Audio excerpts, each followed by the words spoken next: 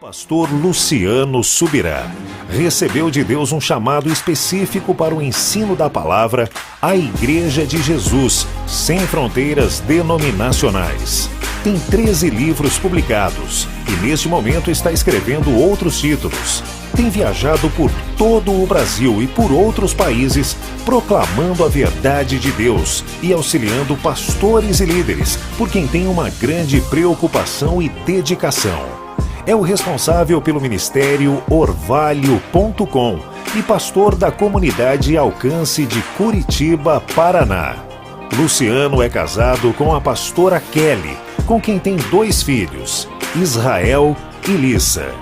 Recebamos com alegria o pastor Luciano Subirá, ficando de pé e aplaudindo a Deus pela vida deste servo.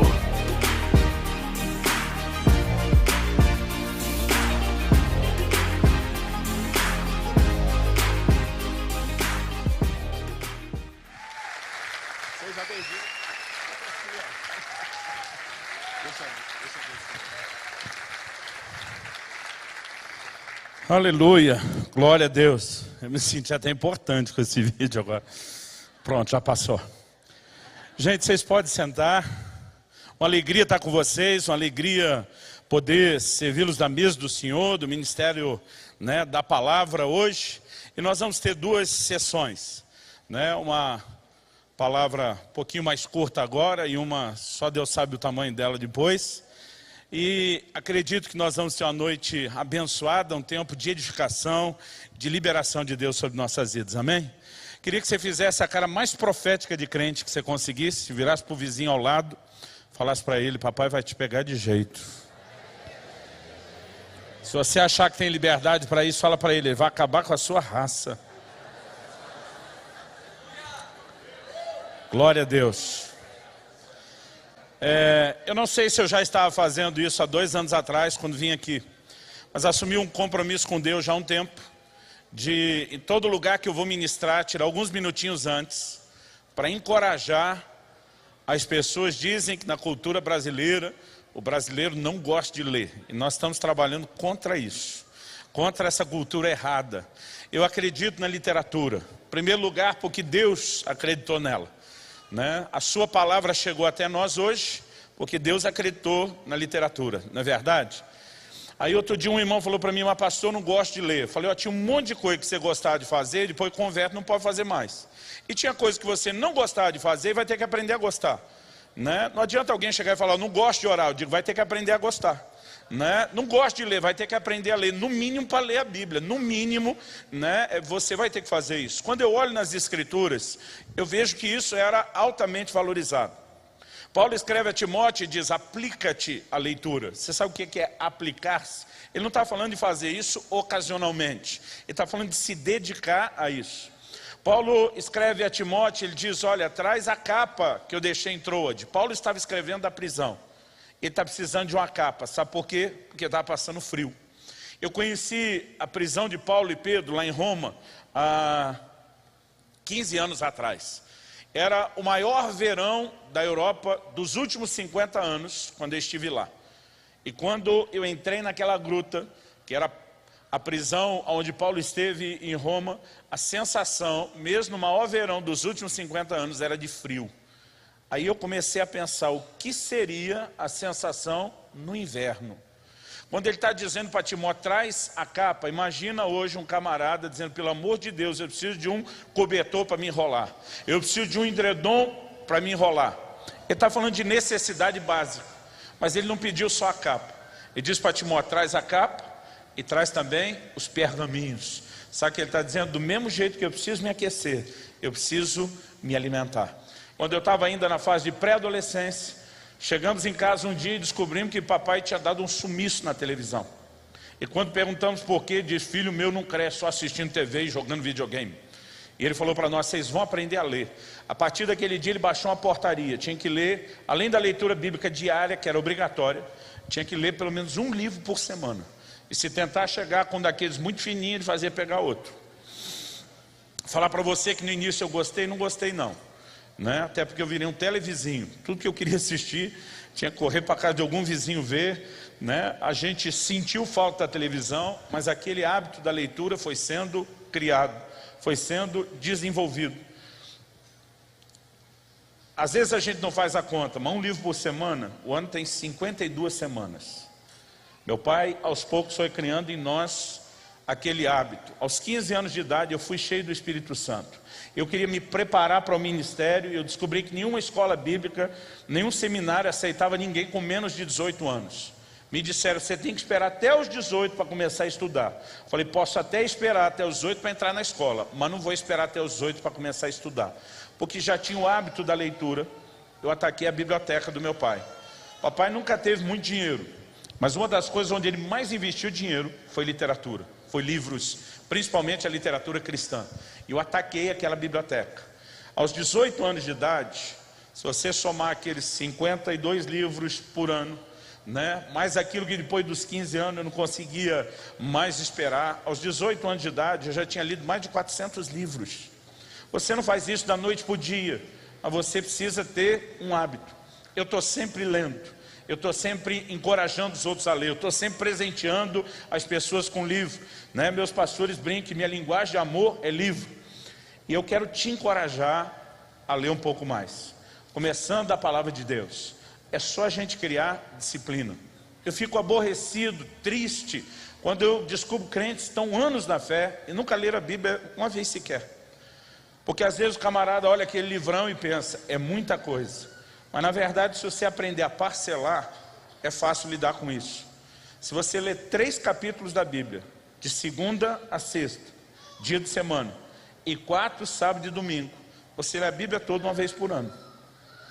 Se você ler 7 capítulos da Bíblia, que não é tão difícil, dá para ler 3 de manhã, 2 no almoço e 2 à noite antes de dormir, dá para parcelar. Você lê a Bíblia 2 vezes por ano, né? Mas muitas vezes a gente não cria o hábito, não entende a importância e não encoraja um ao outro o suficiente a isso. Eu quero te encorajar hoje em nome de Jesus. Vira para alguém ao seu lado e fala para ele, você tem que ler mais, meu irmão. Vira para outro vizinho para não fazer acepção de pessoas. Se você quiser dar de dedo também, você tem que ler mais. Ok, vamos passar a ministração da palavra. Abra sua Bíblia, por favor, no livro de Juízes. No capítulo 15. Juízes, capítulo 15.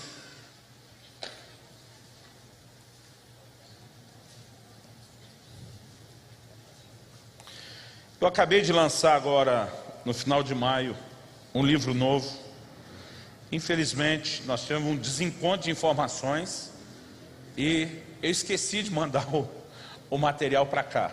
Mas queria aproveitar para fazer, de qualquer forma, a divulgação, se esbarrar com ele sendo vendido em algum lugar, em algum momento, acho que vale a pena. É um dos melhores materiais que o nosso ministério tem, né, produzido ultimamente. Foi publicado recentemente pela United Press, que é um braço da editora Agnus. O nome do livro é Até que Nada Mais Importe, né? Se você quiser também, dá para comprar pelo nosso site, que é orvalho.com, e recebê-lo em casa. Juízes, capítulo 15. Juízes, capítulo 15. Nós vamos ler a partir do versículo 9. O texto diz assim: então os filisteus subiram e acamparam-se contra Judá e estenderam-se por Lei. Perguntaram-lhe os homens de Judá: por que subistes contra nós? Responderam: subimos para amarrar Sansão, para lhe fazer a ele como ele nos fez a nós. Então 3.000 homens de Judá desceram até a fenda da rocha de Etã e disseram a Sansão: não sabias tu que os filisteus dominam sobre nós? Por que, pois, nos fizeste isso? E eles respondeu: assim como me fizeram a mim, eu lhes fiz a eles. Descemos, replicaram eles, para te amarrar, para te entregar nas mãos dos filisteus.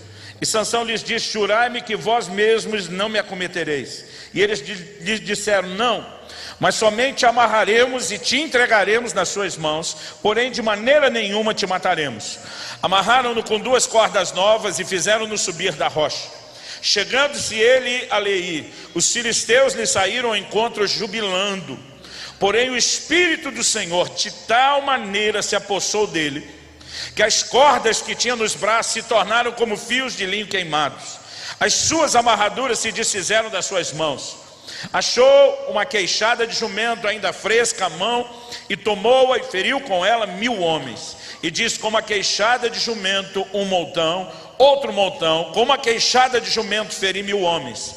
E tendo ele acabado de falar, lançou da sua mão a queixada. Chamou-se aquele lugar Ramate-Leí, e sentindo grande sede, clamou ao Senhor e disse: por intermédio do teu servo deste essa grande salvação. Morrerei eu agora de sede, cairei nas mãos desses incircuncisos? Então o Senhor fendeu a cavidade que estava em Leí, e dela saiu água. E tendo Sansão bebido, recobrou alento e reviveu. Daí a chamar-se aquele lugar Enacoré até o dia de hoje. Sansão julgou Israel nos dias dos filisteus 20 anos.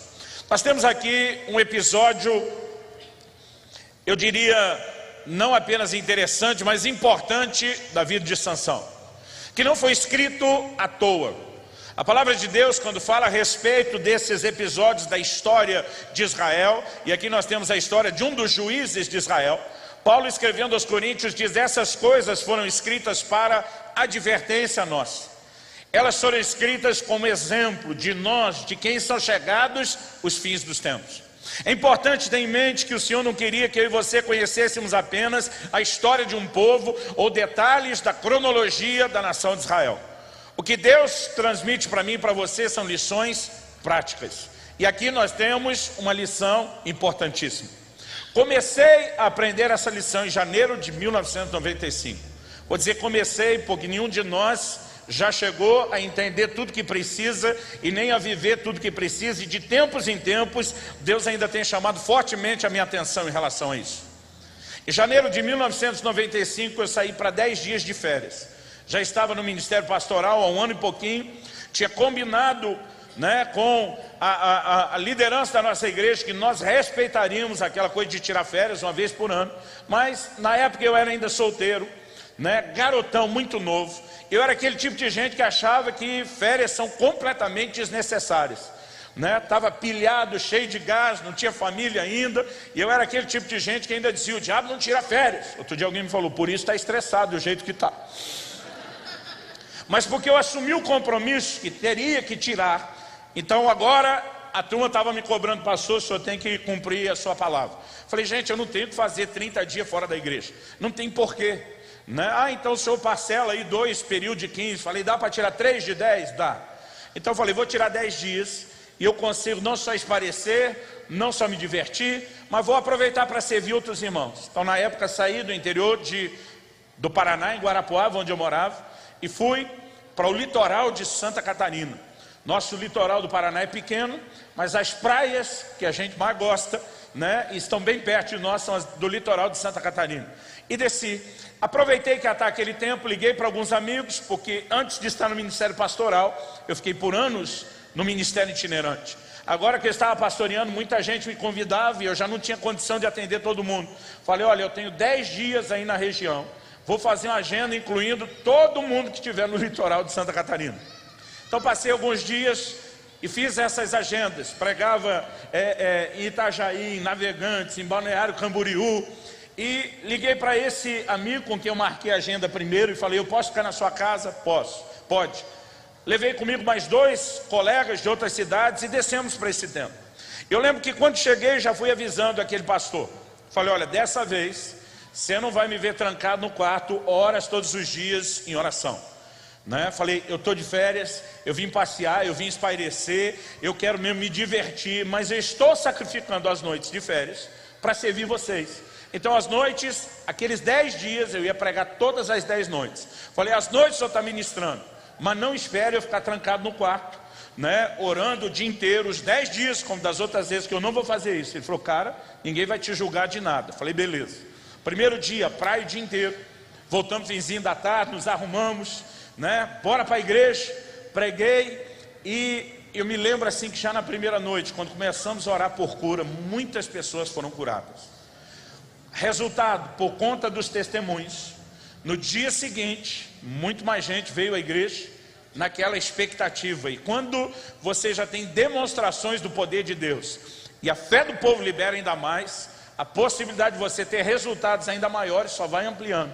Na segunda noite, depois da palavra, oramos de novo, mais gente curada.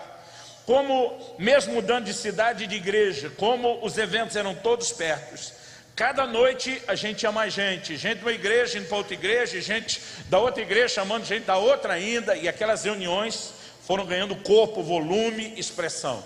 E nós tivemos dias de grande manifestação do poder de Deus. E tudo correu bem nos primeiros 8 dias.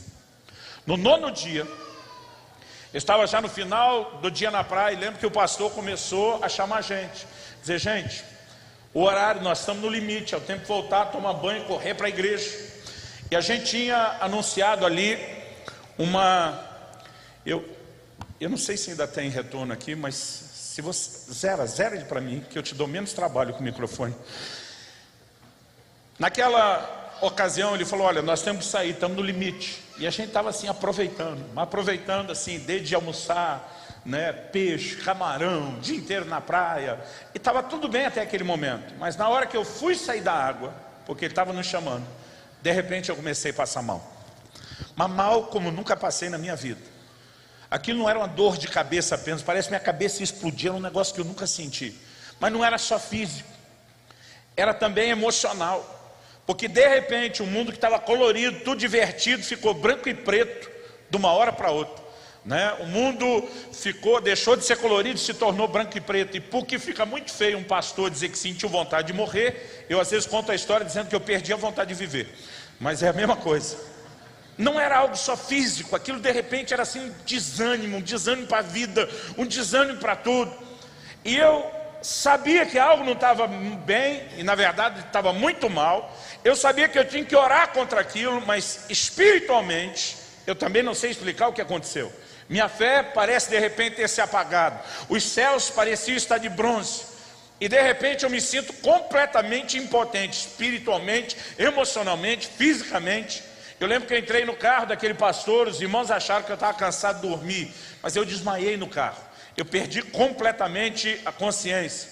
Eu acordei quando nós estávamos chegando na casa do pastor, e eu me lembro que enquanto a gente tinha pouco tempo para tomar banho e se arrumar, enquanto os colegas foram na frente, eu do jeito que estava, eu nunca queria que um hóspede fizesse isso na minha casa, mas do jeito que eu cheguei, com areia, sal no corpo, eu me joguei na cama do quarto onde eu estava hospedado. Eu lembro que os dois tomaram banho e disseram, vamos cara, não tem tempo. Eu dizia, eu não consigo levantar dessa cama. Daqui a pouco o pastor entra no quarto e diz, cara, você não tomou banho ainda? Eu falei, eu não tomei banho, não tenho condição de tomar. Ele falou, pelo amor de Deus, não brinca. Eu falei, gente, eu estou passando mal, já avisei vocês dentro do carro, o negócio é mais sério do que vocês imaginam. E ele falou, cara, pelo amor de Deus, nós temos um culto de cura, você precisa ir.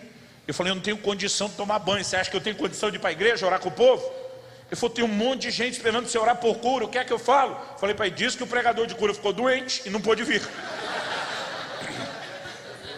Ele ficou apavorado, eu também estava, mas nesse momento eu não estava apavorado por causa do culto ou do que os outros iam achar. Eu estava apavorado com o que quer que seja que tivesse acontecendo comigo. Ele falou, cara, eu vou indo para a igreja, eu vou ver o que eu faço.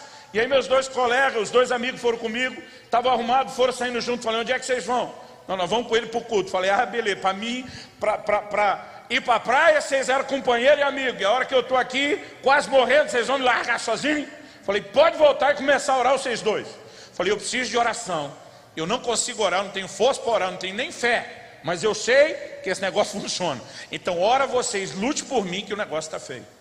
E eu lembro quando eles começaram a orar, irmão, era algo tão estranho, que eu tinha dificuldade de acreditar que aquela oração deles produziria resultado. Eu sabia que era coisa certa, mas não conseguia acreditar. Mas aqueles dois perseveraram na oração, graças a Deus. E eles começaram a orar, e orar, e orar. A primeira meia hora, irmão, não fez nem cócega. Mas daqui a pouco esses dois começaram a entrar naquele lugar de intercessão, pesada mesmo. E de repente, eu não sei quanto tempo levou, não foi na primeira meia hora, mas de repente algo aconteceu. Foi como se alguém virasse sobre meu corpo na cama um jarro, aquilo não era óleo, não era água, não sei explicar o que era. A sensação no meu corpo é como se batesse uma coisa grossa, como se alguém estivesse derramando mel. Aquele negócio foi sendo derramado no meu corpo. Eu olhava e eu não via nada, mas eu sentia aquilo sendo derramado sobre mim. E de repente eu dei-lhe um pulo da cama, porque em fração de segundos o mundo deixou de ser branco e preto e voltou a ser colorido. Em fração de segundos, aquele mal-estar desapareceu. Em fração de segundos, a minha fé voltou e voltou com força. Eu pulei daquela cama falando em línguas, a glória de Deus estava naquele quarto. E eu falei, glória a Deus, o Senhor me restaurou. Olhei para eles e falei, vou tomar um banho correndo. Se não der tempo mais de pregar, pelo menos a gente chega para orar com os enfermos. E quando eu falei isso, o Espírito Santo falou no meu coração e disse, você não vai a lugar nenhum. E eu levei um susto. Eu fiquei pensando, por que é que ele me curou tão rápido, se não era para eu chegar no culto e resolver as coisas? E naquele momento eu falei, por que eu não vou a lugar nenhum? O Senhor disse, primeiro você tem que entender o que te fez chegar nessa condição. E de repente, Juízes capítulo 15, é como se estivesse na minha frente. Não era uma página da Bíblia, mas esse texto estava claro diante de mim. E o Senhor começou a me fazer entender uma verdade importantíssima, que de tempos em tempos eu preciso mantê-la viva dentro de mim, bem consciente dentro de mim. Não adianta só saber dela.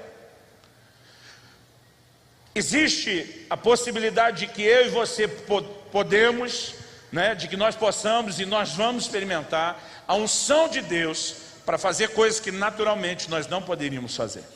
Aliás, a unção de Deus, ela pode nos levar a um lugar de realizações que naturalmente nós jamais chegaríamos. Você pode dizer amém?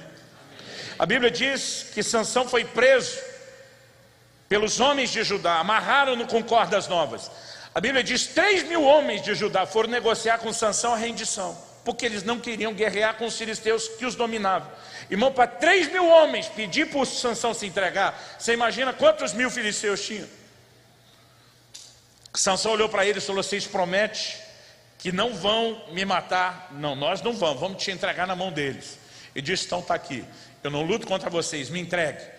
E no momento que ele foi entregue aos filisteus, a Bíblia diz, o Espírito do Senhor se apossou de Sansão.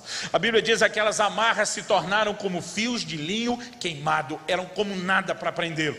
E ele não apenas arrebenta aquelas cordas, mas ele improvisa uma arma, ele passa a mão num pedaço de osso, numa queixada de um jumento.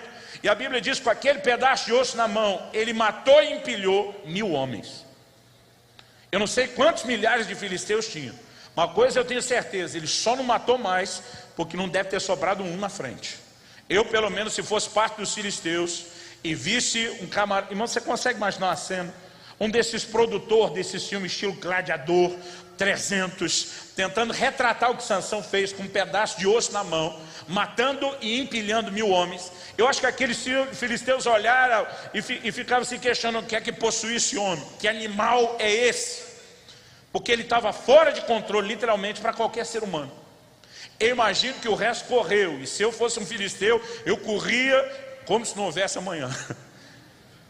Mas ele matou e empilhou 1.000 homens. O que ele fez foi algo sobrenatural. Era parte do seu propósito. Desde o seu nascimento, Deus diz, ele vai livrar Israel da mão dos filisteus. E o que é a unção? A unção é a capacitação para que eu e você possamos cumprir o propósito. Mas algo que eu e você precisamos aprender sobre a unção. Ela nos dá capacidades que nós não temos, ela nos dá força que nós não temos. Mas ela se manifesta através de um corpo limitado. Logo depois daquela grande vitória, logo depois de experimentar uma força que não era dele, quando os filisteus estão lá tentando descobrir a força de Sansão, qual era o mistério para eles? Quando eu era criança e lia a Bíblia, eu imaginava que Sansão era um guarda-roupa, um armário bombadão. Mas, irmão, não era a força dele, ele fazia coisas que ele não podia. As pessoas olhavam para ele e viam nele um homem normal. Era quando a unção do Espírito via sobre ele, que ele fazia aquilo.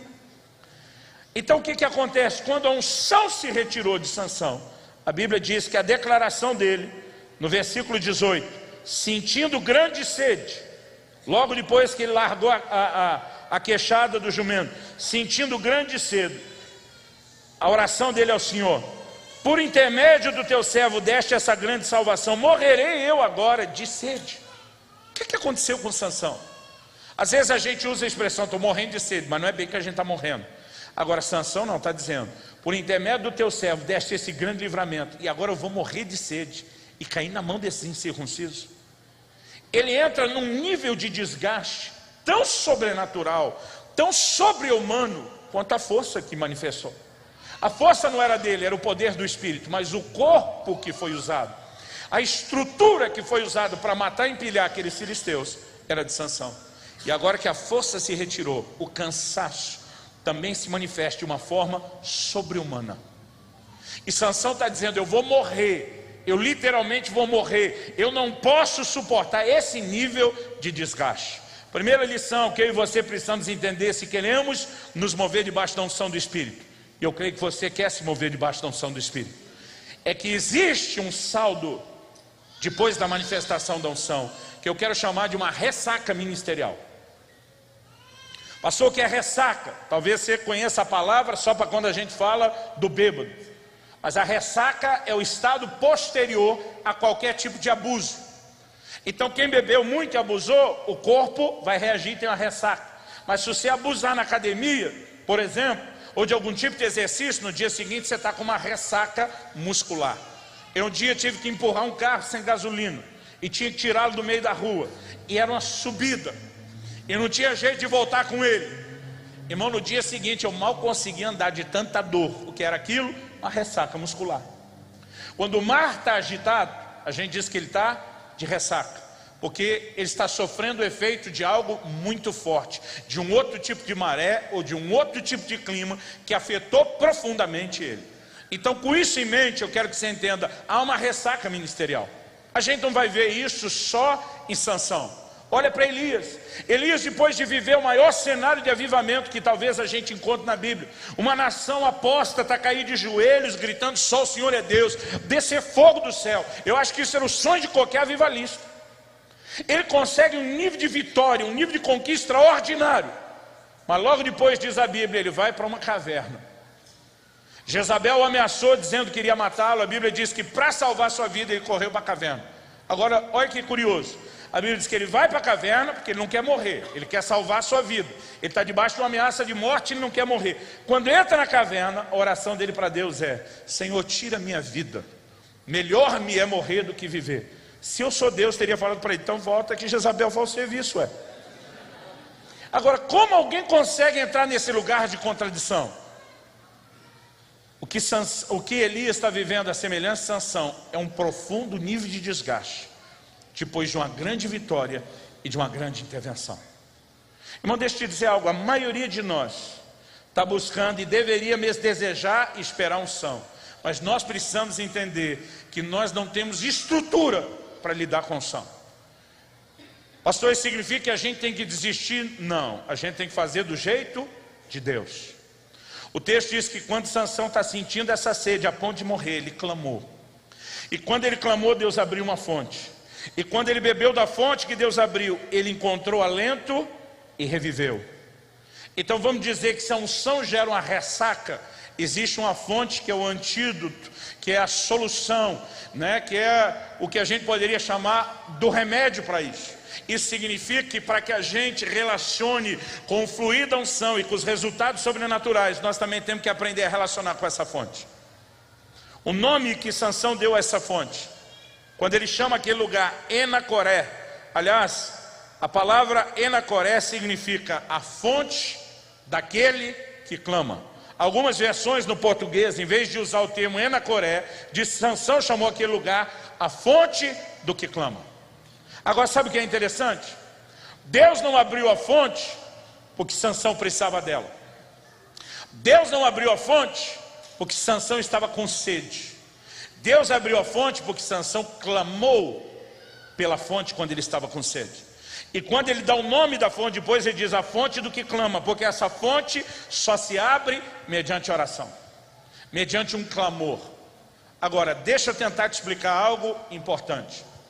Toda vez que a Bíblia fala de unção, nós falamos em primeiro lugar da ressaca ministerial, né? Só para você manter aí o trilho por onde vamos caminhar. Segundo lugar, nós precisamos entender que a Bíblia fala de dois tipos distintos de unção. Uma unção é aquela que nós podemos chamar de unção externa, do Espírito Santo sobre nós. A palavra de Deus nos declara o seguinte: Jesus diz em Lucas 4,18: o Espírito do Senhor está sobre mim. A unção sobre faz o quê? Ela sempre nos leva a fazer alguma coisa para Deus. O Espírito do Senhor está sobre mim porque me ungiu para pregar, para proclamar, para libertar, para curar. Sempre que a Bíblia fala da unção sobre, nós somos levados por Deus a fazer alguma coisa para Ele. Atos 1:8, recebereis poder ao descer sobre vós o Espírito Santo e sereis minhas testemunhas. O Espírito sobre me leva a testemunhar, a ser testemunha. Sempre que você lê da unção, é Deus sobre, a unção sobre, é Deus nos levando a fazer algo para Ele. Mas a Bíblia fala de um outro tipo de unção. Essa unção, que a Bíblia apresenta de uma forma diferente, eu gosto de chamar de unção interna. É a unção do lado de dentro. E ela é diferente da unção externa ou da unção sobre. 1 de João 2, 20 e 27 diz que nós recebemos a unção do Santo e não temos necessidade de que ninguém nos ensine coisa alguma, porque a unção do Santo que está em nós e é verdadeira, ela nos ensina todas as coisas. Quando a Bíblia fala da unção do lado de dentro, nós não somos levados a fazer algo para Deus. Deus é que faz algo por nós. Há uma diferença.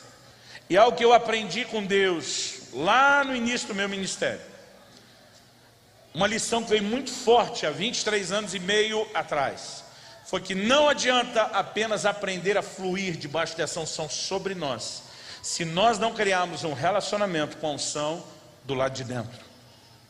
Porque a unção do lado de dentro, ela vai trazer alento, ela vai fazer com que a gente sobreviva. Gente, é impressionante a quantidade de pastores, de obreiros, de ministros que sofrem um burnout, um esgotamento, gente que chega num ponto que diz: eu não aguento mais. Mas naquele dia, 23 anos e meio atrás, o Espírito Santo falou comigo e diz: eu não sou como Davi, que bota um Urias na linha de frente para que morra. O Senhor disse: eu não chamo e envio vocês para que vocês estejam debaixo de uma missão suicida que simplesmente vai atropelá-los. Embora eu e você não tenhamos estrutura para lidar com o que a gente poderia chamar das consequências da unção, Deus tem uma provisão, e essa provisão é uma fonte. Muitas vezes a Bíblia vai falar do Espírito Santo como uma fonte. João 7, quem crê em mim, como diz a Escritura, do seu interior fluirão rios de água viva. Durante muito tempo eu achava que esse negócio de fluir do interior era o que Deus queria fazer de mim para os outros. Irmão, o que Deus quer fazer de mim para os outros é sempre sobre. Quando a Bíblia fala do Espírito Santo fazendo algo no interior, não é para os outros, é para nós. Esses rios são para que eu e você bebamos, são para que eu e você possamos recobrar alento, são para que eu e você possamos ter as nossas forças renovadas. Quem está entendendo, diga amém. Agora, para se beber dele, a gente tem que aprender que só há uma chave que pode ativá-lo, e essa chave é a oração. Naquele dia, 23 anos e meio atrás, Deus me ensinou, porque até então eu vivia uma vida de oração para gerar resultados. Eu gastava horas no meu quarto orando, porque muitas vezes eu achava: isso vai me ajudar a ter resultados. Eu gastava muito tempo orando em outras línguas, pensando: eu preciso de resultados. Mas naquele dia, o Senhor me falou: enquanto você estava nesses 8 dias, ministrando debaixo de uma unção diferenciada todas as noites, mas não separou tempo para beber da fonte. Irmão, eu sei que Deus não queria eu trancado meus 8 dias de férias no quarto, mas o problema é que às vezes a gente sai de um extremo e vai para outro. Eu não gastava meia hora sequer daqueles dias trancado no meu quarto. Eu simplesmente acordava de manhã e dizia para a turma: vamos divertir, né? Garoto, novo, cheio de pique de energia, a gente queria aproveitar cada momento do dia. E por ter negligenciado naqueles 8 dias o meu relacionamento com a fonte, eu cheguei nesse alto nível de desgaste. O Senhor me disse: o que você vivenciou na estrutura física, emocional e espiritual foi um grande desgaste de fluir debaixo de uma unção que você não tem condições de suportar, a menos que você beba da fonte. Sabe, eu creio que Deus está tentando preparar a igreja para que a gente se mova num nível extraordinário de conquista, mas Ele não quer sacrificar nenhum de nós em nome dos resultados. Ele precisa nos ensinar a trilhar um caminho onde a gente seja tão renovado, bebendo dessa fonte dia a dia, que não tem um chão que vá nos desgastar ou acabar conosco. Porque se nós bebemos da fonte, nós vamos recobrar alento e vamos reviver. Aquele dia entendi que oração é uma questão de sobrevivência. Você pode falar para alguém ao seu lado: fala, oração é uma questão de sobrevivência. Isso não tem a ver só com gerar resultados. E se eu e você queremos experimentar a obra plena e completa do Espírito Santo, nós precisamos de uma vida de oração. Mais do que os dons, mais do que a unção, nós precisamos cultivar um relacionamento de intimidade. Mas quando você começa a examinar as Escrituras, é impressionante a ênfase que a Bíblia dá sobre a vida de oração que Jesus tinha. Me deixa ler alguns textos só, a maioria deles, quase que a totalidade, eu vou ficar no Evangelho de Lucas. E eu quero que você observe comigo. Lucas 3, 21 e 22. Quando todo o povo estava sendo batizado, também Jesus o foi. Enquanto ele estava orando, o céu se abriu e o Espírito Santo desceu sobre ele em forma corpórea como pombo. A maioria de nós acha que o Espírito Santo veio sobre ele enquanto ele foi batizado, né? O texto diz que enquanto ele estava orando, era na hora do batismo, era no momento em que muito estava sendo, mas a descrição da Bíblia é que enquanto ele estava orando. Lucas capítulo 4, versos 40 a 42. Ao pôr do sol, o povo trouxe a Jesus todos os que tinham vários tipos de doenças, e ele os curou, impondo as mãos sobre cada um deles. Além disso, de muitas pessoas saíam demônios gritando: tu és o Filho de Deus. Ele, porém, os repreendia e não permitia que falasse, porque sabiam que ele era o Cristo. Ao romper do dia, Jesus foi para um lugar solitário. As multidões o procuravam. Enquanto chegaram até onde ele estava, insistiram que não as deixasse. Mas como que alguém cujo ministério está bombando, em vez de simplesmente se deixar embalar por aquilo, como essa pessoa se retira, como o texto diz, para um lugar solitário? Marcos 1,35, que é um evangelho sinótico, relata o que aconteceu nesse momento. Diz o seguinte: de madrugada, quando ainda estava escuro, Jesus se levantou, saiu de casa, foi para um lugar deserto e orava. Qual a razão pela qual Jesus queria um lugar solitário? Oração. Aliás, você vai ver isso várias vezes no Evangelho de Lucas. Lucas 5, 15 e 16. Todavia as notícias a respeito dele se espalhavam ainda mais, de forma que as multidões vinham para ouvi-lo e para serem curadas de suas doenças. Mas Jesus retirava-se para lugares solitários e orava. Lucas 6,12. Num daqueles dias, Jesus saiu para o monte a fim de orar e passou a noite orando a Deus. Lucas 9,18. Certa vez Jesus estava orando em particular, e com ele estavam os seus discípulos. Então lhes perguntou: quem as multidões dizem que eu sou? Lucas 9, 28 e 29. Aproximadamente 8 dias depois de dizer essas coisas, Jesus tomou consigo a Pedro, João e Tiago, subiu ao monte para orar. Enquanto orava, a aparência do seu rosto se transformou e suas roupas ficaram alvas e resplandecentes como o brilho de um relâmpago. Lucas 11:1. Certo dia Jesus estava orando em determinado lugar. Tendo terminado, um dos seus discípulos lhes disse: Senhor, ensina-nos a orar, como João ensinou os discípulos dele. Quando você começa a perceber a ênfase que a Bíblia dá sobre a vida de oração de Jesus, ela não é meramente informativa. Por exemplo, a gente sabe que Jesus chorou? Sim, porque a Bíblia diz que Jesus chorou. Quantas vezes? Uma. Isso é só informação, não é uma ênfase. A gente sabe que ele teve sede? Sim, a Bíblia menciona isso. Quantas vezes? Uma. A gente sabe que Jesus teve fome. A Bíblia menciona isso na verdade 2 episódios. 2 vezes. Não é uma ênfase, é só uma informação. Mas quando a Bíblia fala da vida de oração de Jesus, o volume é impressionante. Um dia eu lembro de um irmão que olhou para mim e falou: me dá uma boa razão para eu jejuar. Eu olhei para ele e falei: Jesus, que era Jesus, jejuou 40 dias e tu não precisa disso? E aí nós vamos até o Getsemane, onde você vê Jesus se colocando de joelhos, orando, cada vez voltando aos discípulos, diz: vocês não podem vigiar comigo em oração. E ele volta a orar. Irmão, quando você olha para a vida de oração de Jesus, e eu vou repetir o que eu falei antes: se Jesus, que era Jesus, orava, a pergunta retórica, com a resposta você já sabe, óbvia: e nós? Será que a gente realmente não precisa disso? A verdade é que nós temos sido roubados da própria capacidade de poder fluir debaixo de uma unção diferenciada, porque a gente não tem estrutura e a gente não está se permitindo ser moldado ou preparado para Deus para suportar algo maior.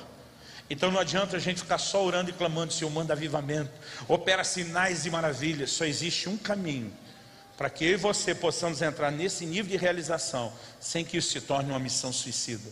É quando nós entendemos o que é a vida de oração, e é quando nós aprendemos a cultivar não só unção externa, mas unção interna.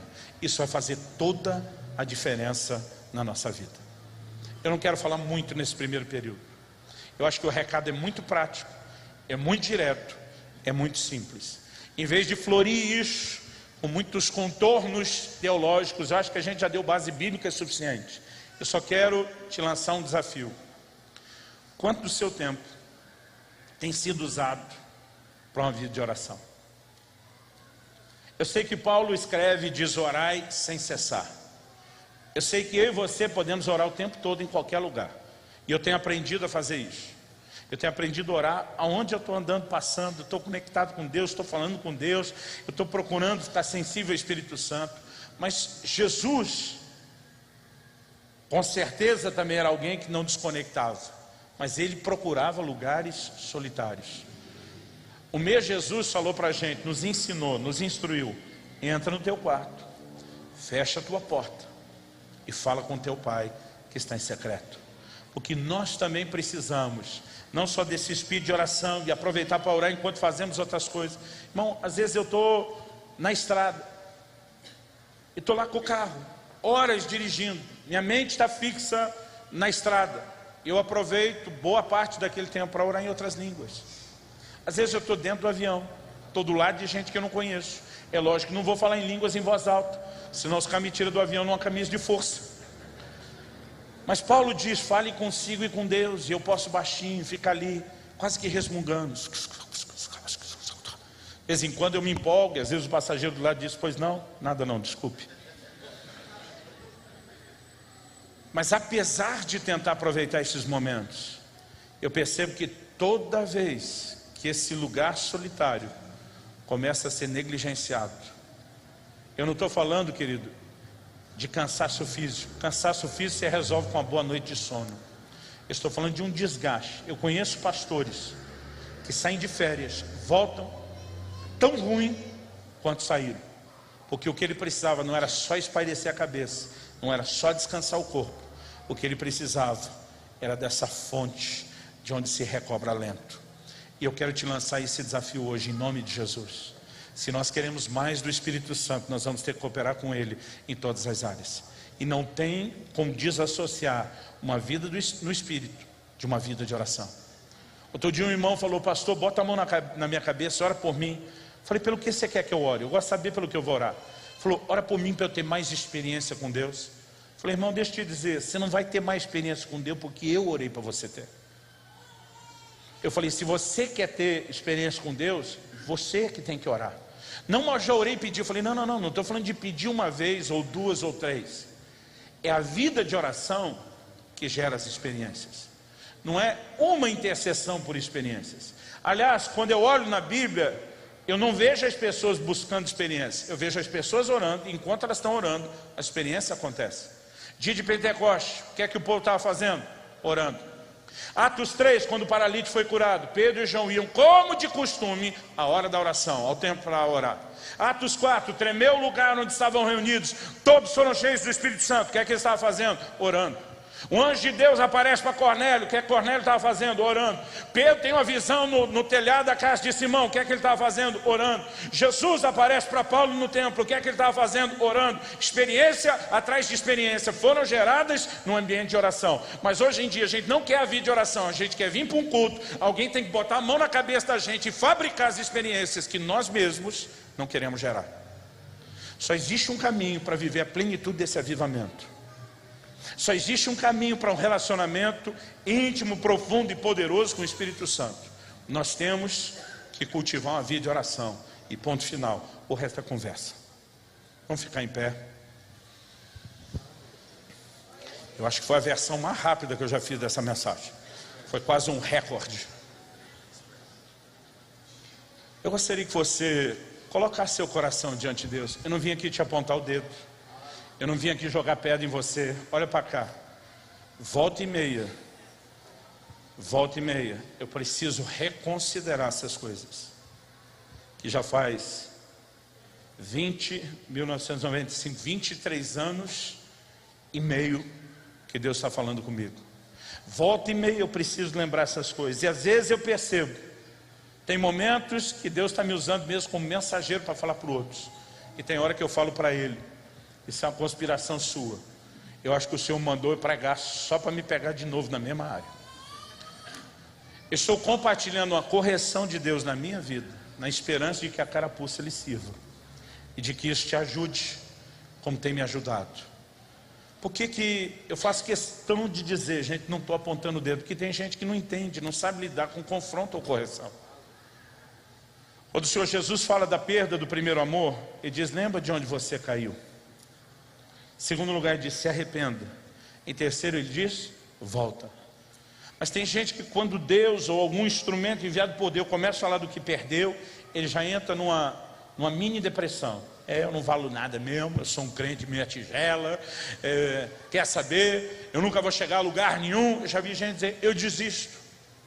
Eu falei, Deus não está te acusando de nada. Ele está dizendo, lembra de onde caíste. É como se Ele falasse, se você lembrar que o que nós tivemos foi melhor do que o que está agora, talvez você sinta saudade e queira isso de volta. Em segundo lugar, Ele diz, se arrepende de ter perdido isso. Mas o mais importante, em terceiro lugar, Ele diz, volta à prática das primeiras obras. Sabe o que Deus está dizendo? Eu não estou te apontando o dedo, não estou descartando você. Eu estou tentando arrumar. Vamos consertar esse negócio. Vamos fazer isso funcionar. Vamos botar esse relacionamento para funcionar como deveria. E essa é a proposta do Deus amoroso hoje para você. Ele não está jogando na sua cara que você é um crente meia tigela, mas Ele está dizendo, nosso relacionamento já foi melhor. E pode estar melhor, não só do que está agora, pode estar melhor do que já foi. Há um grito no coração de Deus para que nesses dias a igreja volte para uma vida de comunhão e de relacionamento com o Espírito Santo. Fale com Deus por alguns instantes.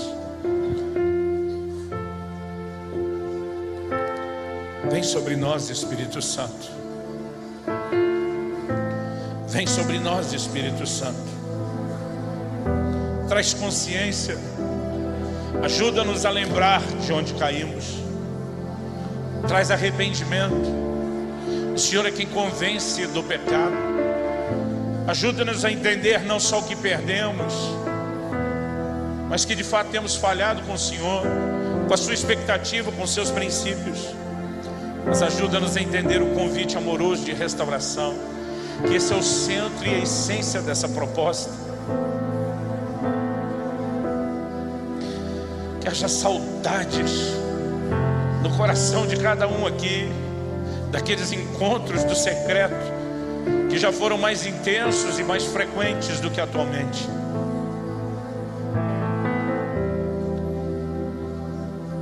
Que essa fonte que só se abre quando clamamos, possa permanecer sempre aberta nas nossas vidas, por uma vida de oração contínua. E que possamos viver o alento e recobrar as forças de uma forma tão sobrenatural quanto aquela que o Senhor nos usou para produzir resultados.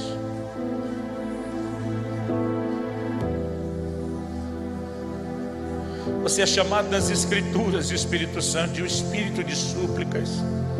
Não há como desassociar a sua pessoa e o seu trabalho da oração. E nós clamamos que essa chama possa ser reacendida dentro de cada um de nós, em nome de Jesus. Em nome de Jesus. Fala com Deus do seu jeito, da sua maneira. Eu pedi para você ficar em pé, mas a hora como você achar melhor, em pé, sentado, de joelho, no seu lugar, aqui à frente, lá para o fundo.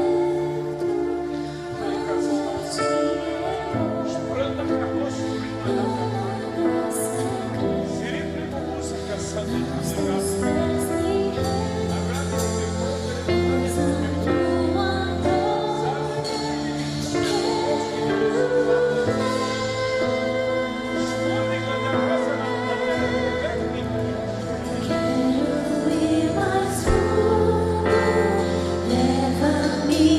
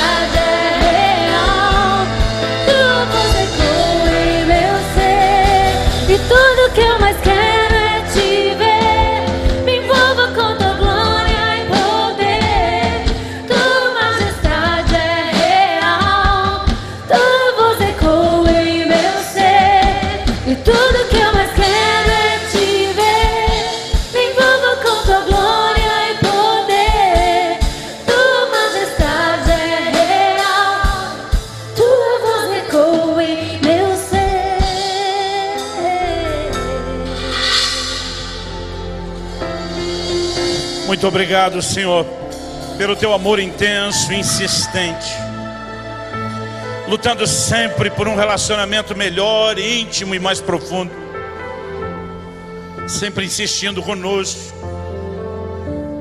sempre nos atraindo novamente a esse lugar. Muito obrigado pela sua paciência conosco. Muito obrigado pela correção amorosa do Senhor nessa noite. Mas nós clamamos, Senhor, que isso não termine aqui e agora. Nós não queremos te tratar como uma torneira que é fechada, o interruptor de uma lâmpada que é apagada. Oramos que aquilo que o Senhor começou seja um despertamento que continue, mesmo depois de deixarmos este lugar. Que a capacidade de entender o teu chamado a este lugar, a fonte do que clama, seja mais do que apenas uma emoção do momento, seja uma consciência trabalhada em nós pelo teu Espírito Santo. Espírito Santo, traz aquela aplicação personalizada da tua palavra, que só o Senhor pode fazer, que só o Senhor pode produzir. Nós clamamos no nome do Senhor Jesus, no nome do Senhor Jesus. Se você crê e concorda, diga amém. Se você recebe essa palavra, diga eu recebo em nome de Jesus.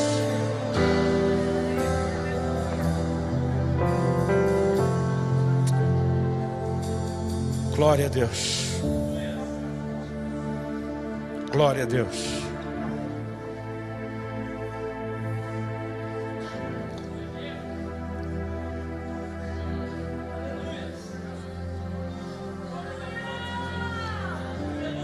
Todas as vezes na história que Deus começa a fazer algo novo, diferente, Ele desperta o seu povo para orar. Irmãos, muitas vezes a gente fala tanto de avivamento e do mover de Deus, que isso vira quase uma rotina, ou a gente pensa que é só uma versão um pouquinho melhorada do que nós já temos. Não, o que Deus fará é muito maior, é muito superior, é algo muito glorioso, mas nós precisamos corresponder com Ele. E eu creio que o que nós recebemos nessa primeira sessão, daqui a pouco nós vamos voltar para uma segunda, é uma chave extraordinária, que se você der atenção, ela não apenas vai garantir a sua sobrevivência, mas vai garantir que você possa ser um instrumento, um canal de Deus, para viver o sobrenatural. Glória a Jesus.